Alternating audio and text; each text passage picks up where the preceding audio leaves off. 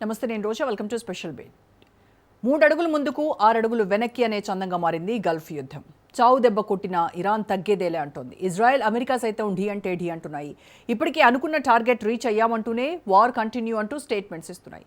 దీంతో పశ్చిమాసియా యుద్ధం యావత్ ప్రపంచంపై పడుతోంది. అయితే అమెరికాకు యుద్ధ కష్టాలు తప్పడం లేదు. ఖజానా లేకున్నా కయ్యానికి కాలు దూవుతోంది ట్రంప్ గవర్నమెంట్.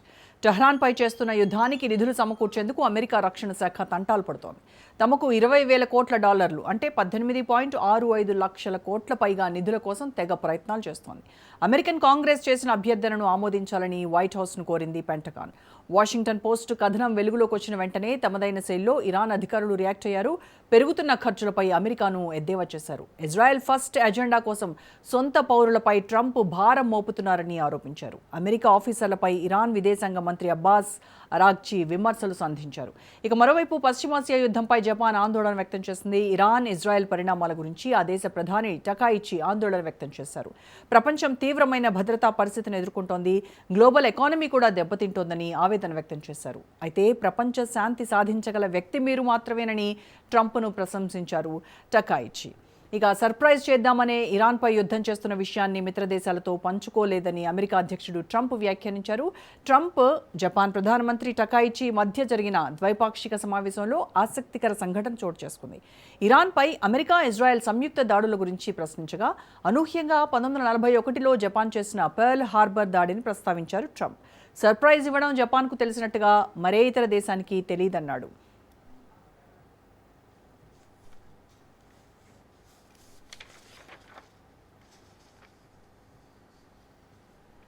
రైట్గా వాషింగ్టన్ రిపోర్ట్స్ ప్రకారం పెంటగాన్ $200 బిలియన్ సప్లిమెంట్ ఫండింగ్ కోసం వైట్ హౌస్ను రిక్వెస్ట్ చేసింది. దీనికి సంబంధించి పూర్తి విశ్లేషణ అందించడానికి మనతో జాయిన్ అవుతున్నారు సీనియర్ విశ్లేషకులు, సీనియర్ జర్నలిస్ట్ అందే సత్యం గారు. నమస్కారం అండి సత్యం గారు.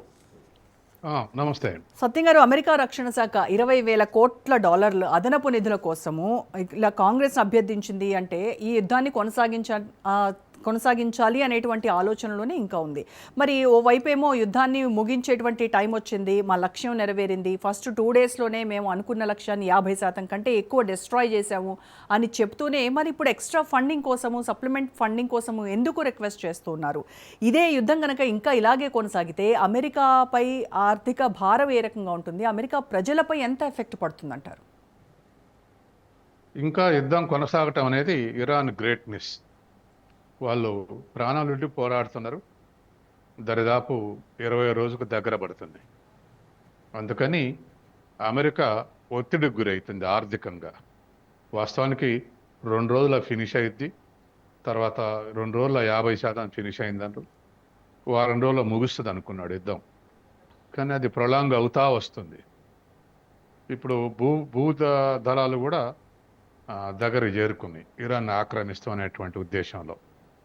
కాబట్టి ఇప్పుడు అదనపు ఆయుధాలు కావాలి. కాబట్టి అదనపు ఉత్పత్తి చేయటానికి, యుద్ధం చేయటానికి 2 రకాల ఖర్చు అవసరం. అయితే అమెరికా ఇప్పటికే నిన్ననే ప్రకటించారు, అమెరికా జీడిపి $31 ట్రిలియన్ అయితే అప్పు $38 ట్రిలియన్ అని ప్రకటించారు నిన్న. అంటే 122% అప్పులు ఉన్నాయి. తర్వాత తన దగ్గర ఉన్న ఫారెన్ ఎక్స్చేంజ్ $700 బిలియన్. ఇప్పుడు $200 బిలియన్ ఇవ్వండి అని రిక్విజిషన్ పెట్టింది పెంటగాన్. అంటే 700 బిలియన్ డాలర్లు ఉంటే $200 బిలియన్ ఇవ్వమని. ఇది అమెరికా మీద భారమే. ఎందుకంటే అంత ఖర్చు పెట్టి ఆయుధాలు ఉత్పత్తి చేస్తే కొనేది ఎవరు? ఇంకోళ్ళకి అమ్మడానికి కాదు, యుద్ధంలో ఉపయోగించడానికి. కాబట్టి ఆ ఖర్చు అంతా అమెరికన్ ప్రజలు భరించాలి. అమెరికన్ ట్యాక్సులు ఖచ్చితంగా వసూలు చేస్తారు. కాబట్టి చివరికి ఇరాన్ ఎద్దేవా చేసినట్టుగా ఇజ్రాయెల్ కోసం అమెరికా పౌరుల మీద ఇవాళ ట్రంప్ భారం మోపుతున్నాడు. కాబట్టి ఇవాళ ఈ యుద్ధం కొనసాగింపు అనేది అన్ని దేశాలు అలసిపోయినాయి ఆర్థికంగా అలసిపోయి ఇది ఏదో విధంగా ముగింపు ఇస్తే బాగుండనేటువంటి పరిస్థితికి వచ్చింది. ఇక జపాన్ విషయంలో మాట్లాడినప్పుడు ట్రంప్ మరొకసారి అహంకారం ప్రదర్శించాడు. సెకండ్ వరల్డ్ వార్లో అణుబాంబులు ప్రయోగిస్తుంటే ప్రయోగించిన వాడు కూడా, ఆ బాంబు వేసిన తను కూడా పశ్చాత్తాపం ప్రకటించాడు. అంత విధ్వంసం జరుగుద్దని నాకు ఐడియా లేదని. తర్వాత అప్పటి నుంచి ఇప్పటి వరకు ఎవరు మాట్లాడినా అటువంటిది మళ్ళీ జరగకూడదని కోరుకుంటున్నారు. కానీ ట్రంప్ మాత్రం అహంకారపూరితంగా జపాన్కే బాగా తెలుసు అని సర్ప్రైజు ఆ, జపాన్కే బాగా తెలుసు అని కామెంట్ చేయటం అనేది ఎంత దురహంకారమో చూడండి. అంటే సర్ప్రైజ్ అదేవిధంగా ఇవ్వాలనుకుంటున్నాము, అందుకే మిత్ర దేశాలతో షేర్ చేసుకోలేదు. అది అది యుద్ధం. ఆ, ఇరాన్ మీద దాడి మిత్ర దేశాలతో చెప్పలేదు. సర్ప్రైజ్ షేర్ చేసుకోవాలనే ఉద్దేశంతో చెప్పలేదు.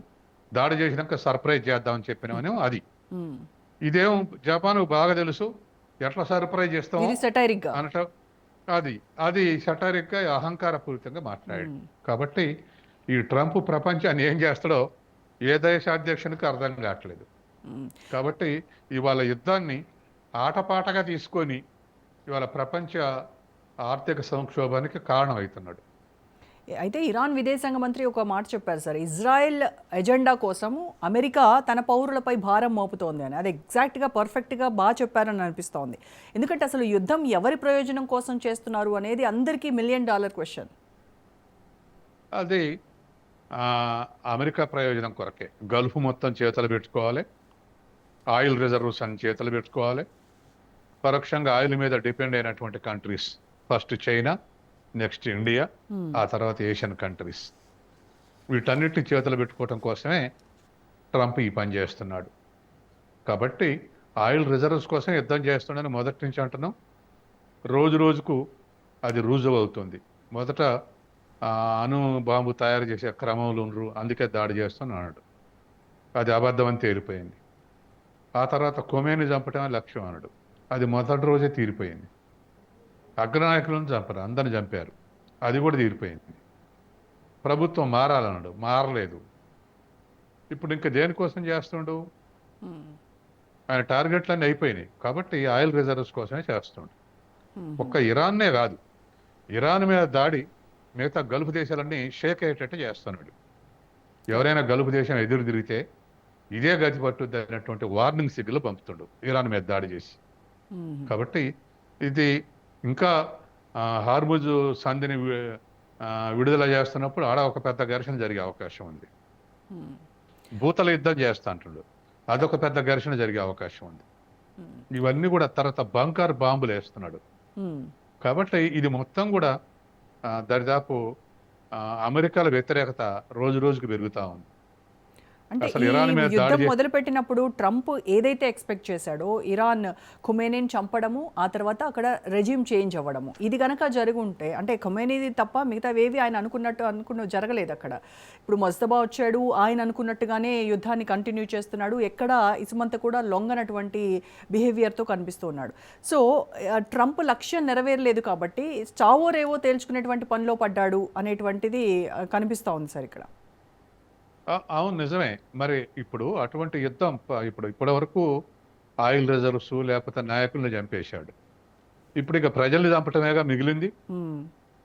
కాబట్టి ఒక దేశం యొక్క సావరింటిని అన్ని రకాలుగా దెబ్బతీసే హక్కు అమెరికాకు ఎవరు ఇచ్చారో, ఏ అంతర్జాతీయ చట్టాలు ఇచ్చినాయో జవాబు చెప్పాలి. ఇప్పుడున్నటువంటి అన్ని సావరింటి దేశాలన్నింటినీ ఒక్కొక్కటి డిస్మాంటిల్ చేసుకుంటూ వస్తున్నాడు. ఇది ఏ దేశం మాట్లాడి, చైనా, రష్యా తప్ప ఏ దేశం మాట్లాడే స్థితిలో లేవు. కాబట్టి ఇప్పుడున్నటువంటి పరిస్థితుల్లో ఇది నెక్స్ట్ మరొక దేశం మీదకి ఎక్కుపెడితే తన మిత్రులను కూడా తను జాగ్రత్త పడుతుంది.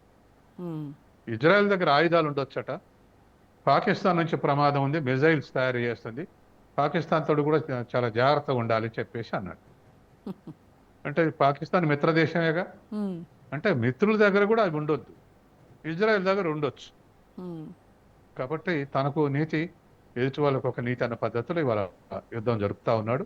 ఏదేమైనా ఇది అసలు మానవాళికి ఒక పెద్ద ఛాలెంజ్. పెద్ద దేశాలన్నిటినే దాడి చేస్తాయా? మరి అమెరికా పరిపాలన కలోనియల్గా ఉండాలా? అమెరికా దేశాన్ని కలోనియల్గా ఉండాలా? మరి ఇంటర్నేషనల్ ఆర్గనైజేషన్ INO ఇప్పుడు ఇన్యాక్టివ్ అయిపోయింది. INO రద్దు చేస్తారా? INO వద్దా? లేదా అమెరికా ఆనర్ చేయకపోతే మిగతా వాళ్ళు ఎందుకు ఆనర్ చేయాలి? ఇవన్నీ ప్రశ్నలు. ఈ ప్రశ్నలకి అన్ని దేశాల అధ్యక్షులు జవాబులు చెప్పాల్సి ఉంది.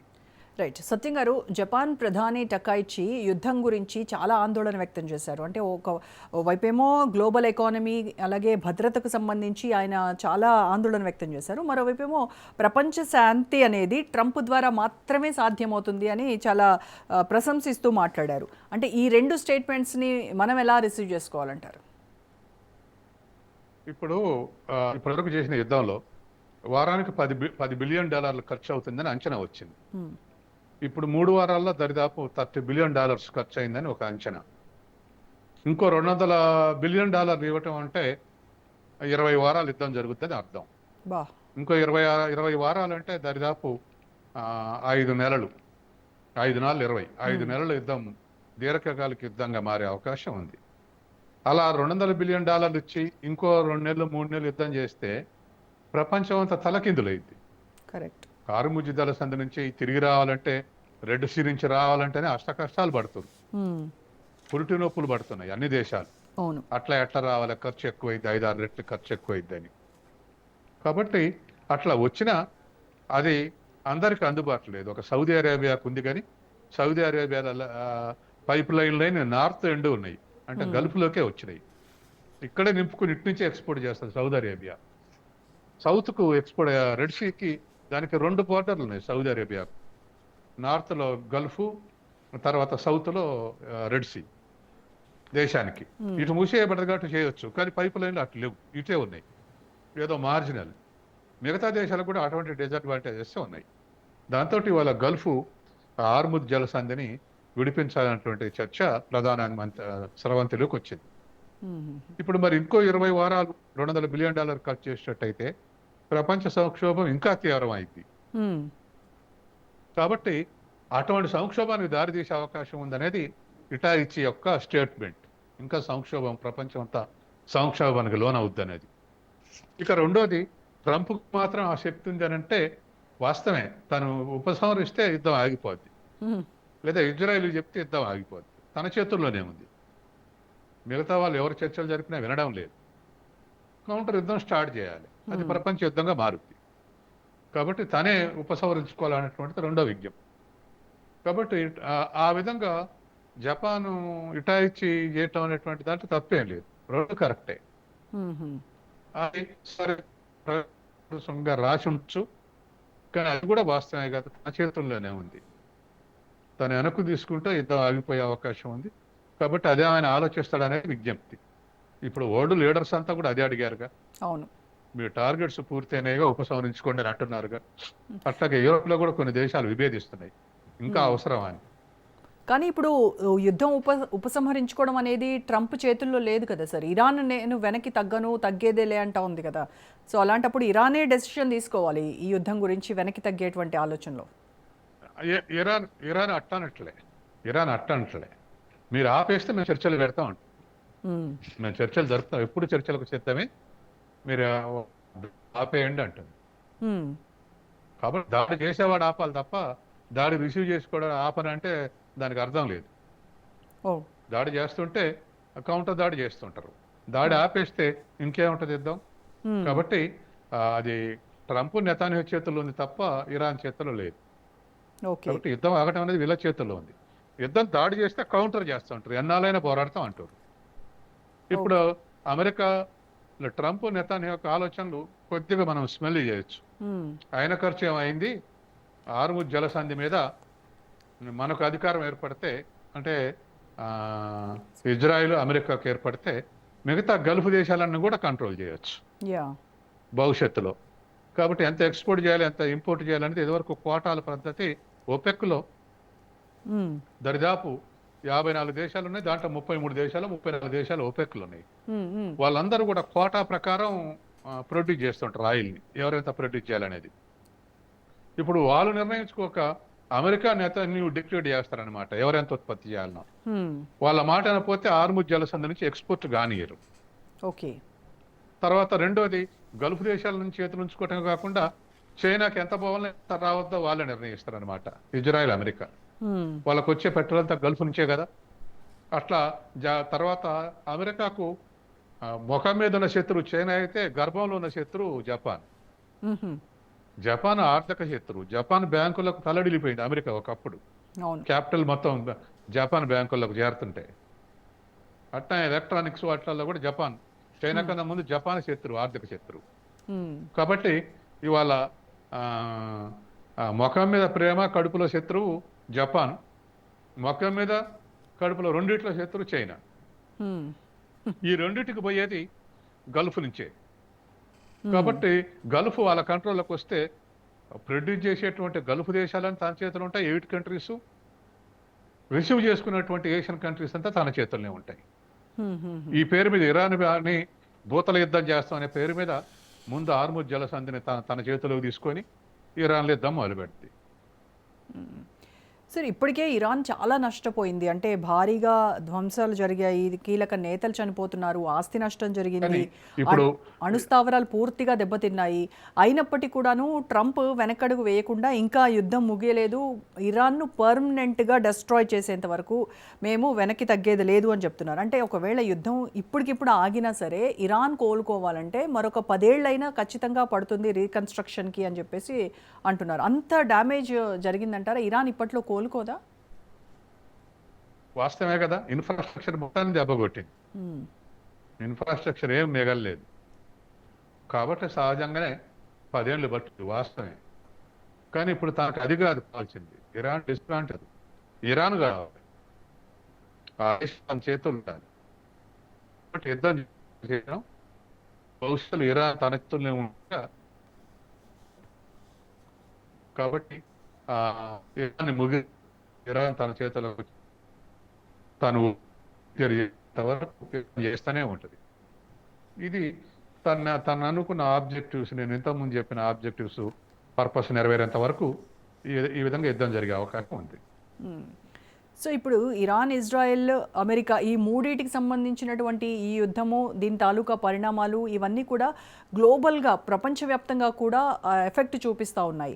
ఇప్పుడు భారత్ కూడా దీని ప్రభావం చాలా ఎదుర్కొంటూ ఉన్నటువంటి పరిస్థితి. ఆయిల్ సప్లై గురించి అయితే అసలు ప్రపంచం అంతా కూడా తీవ్రమైనటువంటి ఎఫెక్ట్ దానిలో ఉన్నటువంటిది.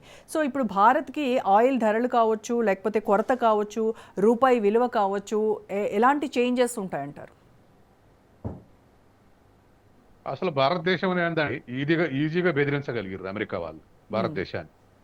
గతంలో సెకండ్ ఎక్స్పోర్టర్ మనకు ఇరానే, రష్యా తర్వాత బిగ్గెస్ట్ ఎక్స్పోర్టర్ వెనుజులా, ఇరాన్ ఇవి.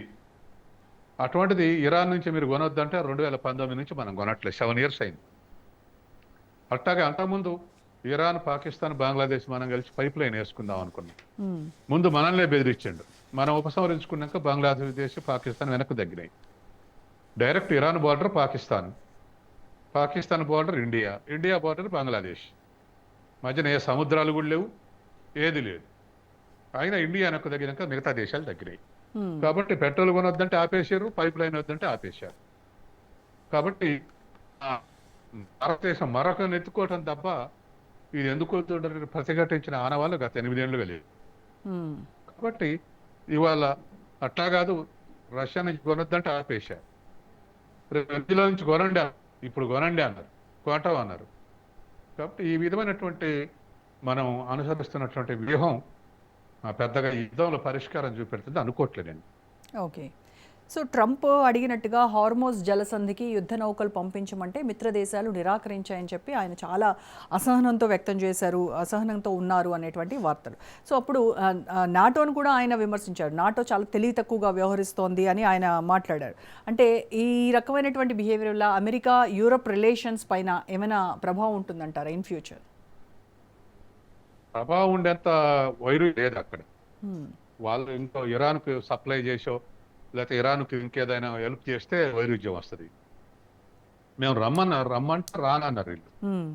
ఎందుకంటే ఇది యూరప్ ఇంకా దేశాలు ఇతర ఇన్వాల్వ్ అయితే, మరి చైనా, రష్యా కూడా ఇన్వాల్వ్ అయితే పెద్ద నష్టం జరుగుద్ది. రెండోది, రష్యా చైనా దాడికి పూనుకుంటే అమెరికా ఎక్కడో ఉంది, ముందు నాశనం అయ్యేది యూరపే. ప్రపంచ యుద్ధంగా మారితే రష్యాకు వెస్ట్ ఫేస్లో ఆనుకొని అంతా యూరప్ అంతా, అసలు రష్యా కూడా మాస్కో నుంచి పశ్చిమ ప్రాంతం అంతా యూరపే. ఆ దేశాలను కలిపి యురేషియా అని పిలుస్తారు. అంటే రష్యా 3/4 భాగం ఏషియాలో ఉంది, 1/4 యూరప్లో ఉంది.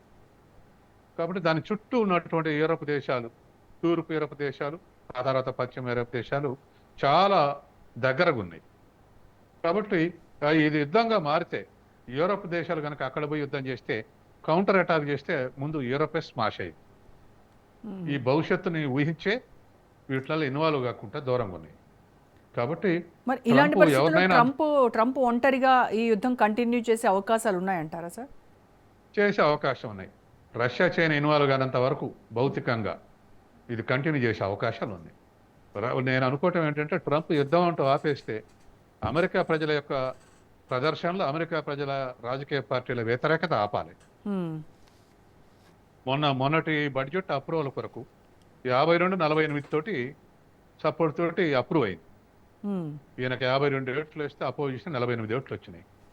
రేపు ప్రజాప్రతినిధుల్లో తేడా వచ్చి ఇది ఆపాల్సిందని మెజార్టీ అప్రూవల్ చేయలేదనుకోండి, ఖచ్చితంగా ఆగే అవకాశం ఉంది. ప్రజలు కూడా ఇంకొంత వ్యతిరేకత చూపెట్టారు. ఇప్పుడు రేటింగ్లో 36% పడిపోయింది 60 నుంచి. మ్మ్. ఇంకా డౌన్ ట్రెండ్లో పోయింది అనుకోండి, చివరికి అది ఆ, ఆ, ఇప్పుడు ఉన్నటువంటి ఈ ట్రంప్ పార్టీలో కూడా, రిపబ్లికన్ పార్టీలో కూడా వ్యతిరేకత వచ్చే అవకాశం ఉంది. ఇప్పుడు డెమోక్రాట్స్ వ్యతిరేకిస్తారు, రిపబ్లికన్స్ కూడా అక్కడొకరు ఇక్కడొకరు వ్యతిరేకిస్తారు. రేపు మాసివ్గా ఇది కరెక్ట్ కాదంటే వెనక తగ్గాల్సి వస్తుంది. మ్మ్. ఇజ్రాయెల్ డిఫెన్స్ ఫోర్సెస్ ఏమో మా టార్గెట్ ఇక్కడ ఇప్పుడు ఎక్కడ అనేది మేము చెప్పము, బట్ మిస్ అవ్వదు అని చెప్పేసి చాలా స్పష్టంగా చెప్తా ఉన్నారు. అంటే ఇలాంటి టార్గెటెడ్ కిల్లింగ్స్ వల్ల అటు ఇరాన్ సైన్యము, ఐఆర్జీసీ వీళ్ళంతా ఆల్మోస్ట్ ప్యారలైజ్డ్ అయినట్టే కనబడుతూ ఉంది. అంటే ఇరాన్ ఇప్పుడు మళ్ళీ ఎఫెక్టివ్గా కౌంటర్ అటాక్స్ చేసేటువంటి మోడ్లో ఉందంటారా, లేదంటే డిఫెన్సివ్ మోడ్లోకి వెళ్ళిపోయిందా? ఖచ్చితంగా డిఫెన్స్, ఎందుకంటే సోఫిస్టికేటెడ్ వెపన్స్, రెండు బలమైన దేశాలు, రెండింటికి కూడా ఈ సాంకేతిక పరంగా వెళ్ళి అడ్వాన్స్డ్ ఉన్నటువంటి దేశాలు. మ్మ్. ఆ దేశాల మీద యుద్ధం చేయటం అంటే ఇరాన్ యొక్క ప్రజల యొక్క డెడికేషనే, ఐఆర్జీసీ యొక్క డెడికేషన్, కమిట్మెంటే. అంతే తప్ప వీళ్ళకున్నటువంటి ఆయుధ బలం కానీ సాంకేతిక బలం కానీ ఇరాన్కు లేదు. కానీ వాళ్ళకున్నటువంటి ఒకటే కమిట్మెంట్, మోరల్ కమిట్మెంట్, కోసం ఒక కమిట్మెంట్ తోటి యుద్ధం. ఈ ఐఆర్జీ ఎంతకాలం నిలబడుతుంది? ఎందుకంటే వియత్నాంలో నిలబడరుగా. మ్మ్. 2 దశాబ్దాలు బాంబింగ్ చేసినా వియత్నాన్ని ఆక్రమించలేకపోయింది అమెరికా. కాబట్టి అటువంటి సంఘటన ఎదురైతే అప్పుడు ఇబ్బంది ఎదురైతే. యా. కాబట్టి ఏ మేరకు ఐఆర్జీసీ ఇటువంటి వియత్నాం టైప్ యుద్ధం చేయగలుగుతుందో చూడాలి. యో. ఎందుకంటే ఇరాన్తో పోస్తే ఆఫ్ఘనిస్తాన్ తక్కువ టెక్నాలజీ దేశంగా, కరెక్ట్. కానీ తాలిబాన్ ప్రకటించారు, దానికి తాను ప్రతిఘటించారుగా. కాబట్టి అటువంటి ప్రతిఘటన ఐఆర్జీసీ నుంచి ఉంటుందా లేదా చూడాలి. Right sir, thank you so much Satyam garu. Right, ఇది ఇవాల్టి special debate. Stay tune to Raj news.